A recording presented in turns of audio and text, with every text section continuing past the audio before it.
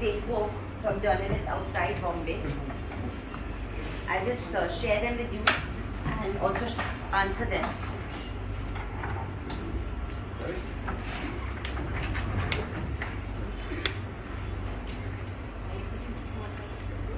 Join us for refreshments after the conference. There's one question from Prajakta Joshi who asked that what would be the next step as citizens, organizations, as media to find out the extent of this exercise of linking the NPR to Aadhaar without informed consent. Should we assume that this has happened all across the country and then go ahead accordingly? That's the point, Prajakta, that we have done this exercise in some parts of Bengal, and we have also started trying to find out this information in parts of Maharashtra, Assam and Uttar Pradesh. But it is more citizens who join this information seeking exercise, the better. And as far as the media is concerned, whenever the independent media gets a chance to ask the authorities to this question, because I think that is the whole issue with this government, that there are no questions being answered. I think we journalists who are in the capital city of Delhi need to ask the Ministry of Home Affairs, need to ask the Registrar General of India, that how come this massive seeding exercise took place, in our opinion, according to the documents that they put on their website, which have now disappeared, between 23 odd crores to 19 point something crores between 2010 and 2015. 190. No, 119 point something crores is now the figure they are giving us. Now this is based on Aadhaar biometric data, which is, again I'm repeating, collected for a different purpose, which is not collected for the National Population Register, which then becomes your NRC, which is your national ID card. So has this happened? How is it happened? Why is it happened? And particularly because I'm repeating, informed consent of the individual, information collected from the individual particularly through a house-to-house survey needs to be done under 14A of the Citizenship Act, which was the 2003 amendment. This has not been followed, in our opinion, through this sample that we've done. We are trying to find out others, but we are not government, so we need the government to answer this question. And how should citizens, I think citizens need to raise this issue. And how do we raise this issue? One method is the Right to Information Act, the other is through memorandum and visits through the state offices of the RGI to collect this information.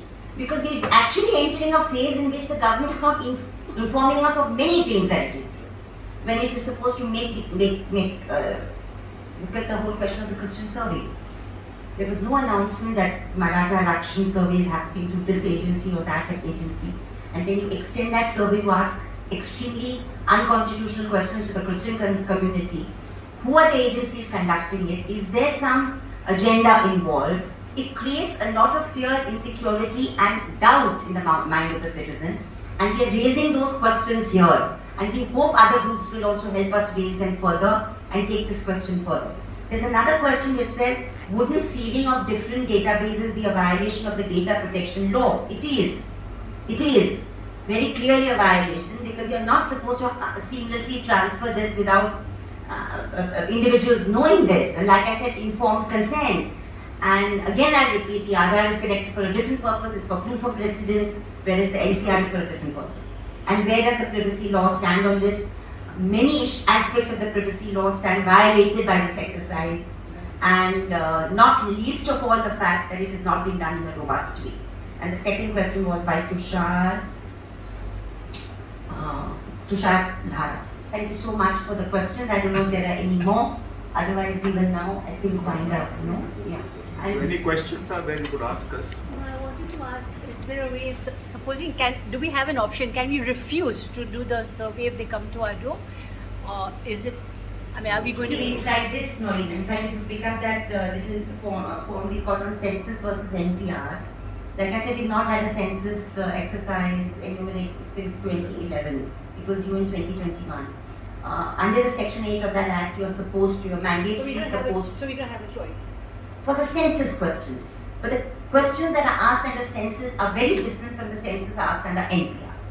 That is what you need to figure out if you look at it carefully. the particular questions about period of residence in this, how long you've stayed in a particular place, permanent residence, etc., father, grandfather, those are NPR related questions. Those you do not, it's not mandatory, though a fine is involved, because eventually you need to pay a fine if you don't apply according to the rules. So it's a grey area. But I think more importantly, we need to inform ourselves what we can do, what we can't do, and also get to know what the government is or is not doing. I think that's the real issue. And on the other question about this Maratha survey, Yeah, which is we don't equally know important. very surreptitiously, although the window was open only between January 23rd to January 31st. Yeah. Surreptitiously, there is always an element that could happen of data collection or profiling of citizens. That is where blatantly not only you must refuse, but you must identify those guys, come in, click their photographs and other things, because we have alerted our entire networks to be alert and bring it to our notice in terms of how we can raise this issue with the government and with the department, that so-called department that is put on the job, because nobody knows exactly the element of who's being assigned that job, who's coming in. We remember in one case in Goregaon, the surveyor gave it 18-page questionnaire. 18 page. This is unheard of. Okay. And in some cases they said, "Oh, you're Christian? Okay, fine." But many places they're asking the next question: when did you get converted? And we don't know, it might have happened in Muslim areas, in Dalit We areas, don't know. we don't know. That's why we have to be There alert. is a climate of fear at the moment. So people are This morning, speaking. somebody came from, I leave early, so my time is very erratic. So he said, I came to your place yesterday, but the door was locked. He was doing a survey about the voting cards. So I asked him, what's your name? And he told me, I said, where are you from? So my name was there, the register that he had brought, and then he told me he's from the BJP. So he said, can I have your phone number? I said, no, I'm sorry, I will not give you my phone number. I said, no, you've given this to me. So he says, because I said, I don't answer calls if the number is not safe, so I'm sorry, I'm not giving. So now they're going door to door doing that. This morning was my experience. But Dorothy, the question Yes. of conversion, was it in the form or you No. just asked it? See, what is happening is there are two levels. One is it's like an app-based software. So if you ask them the questionnaire, they are not willing to part with the questionnaire.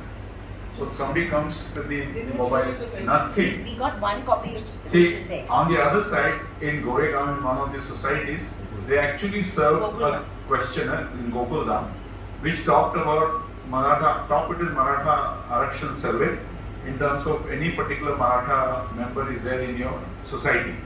But the next is all the other members of the families residing in that society with details of religion, caste, and their educational qualification and occupation and contact number. Why? So that specimen also we have kept it here. So in bits and pieces they're going about, nobody really knows exactly what is the intention of this type of collection without any transparency and accountability. Nobody knows that. Yes. Attendees One before- second. One second. Hi, we have two questions. One is, how is the caste survey that is happening in Mumbai different than the one which happened in Bihar some time back? And secondly, what is the grievance redressal mechanism over here if in case one doesn't find a name or has accidentally one's name is in the list?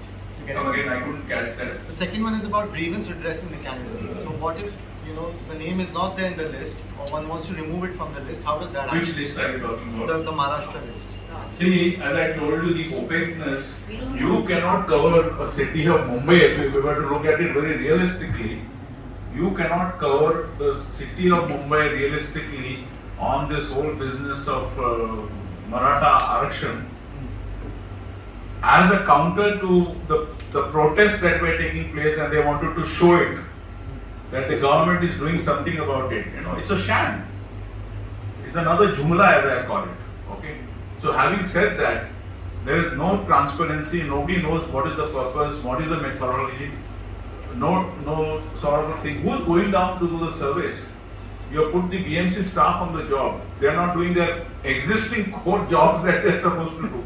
And you are putting them on this job without any particular training. And we know for a fact that when they come there, in some places, they really don't know how to react. Like in case of a Mahim resident, they said, okay, give us your identification. And how did you only come?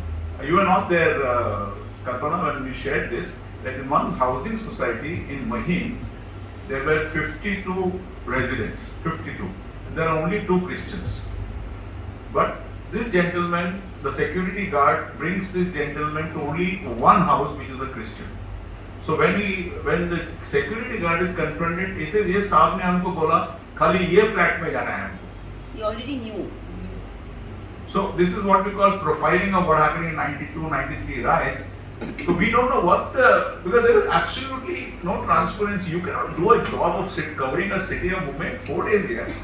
That is something, but the mischief will be done because people panic. If they say we are from the government, we are from the authorities and all that thing, they panic. Yes, And there's a sense of compulsion that we have to answer. That is the whole issue. People get fear.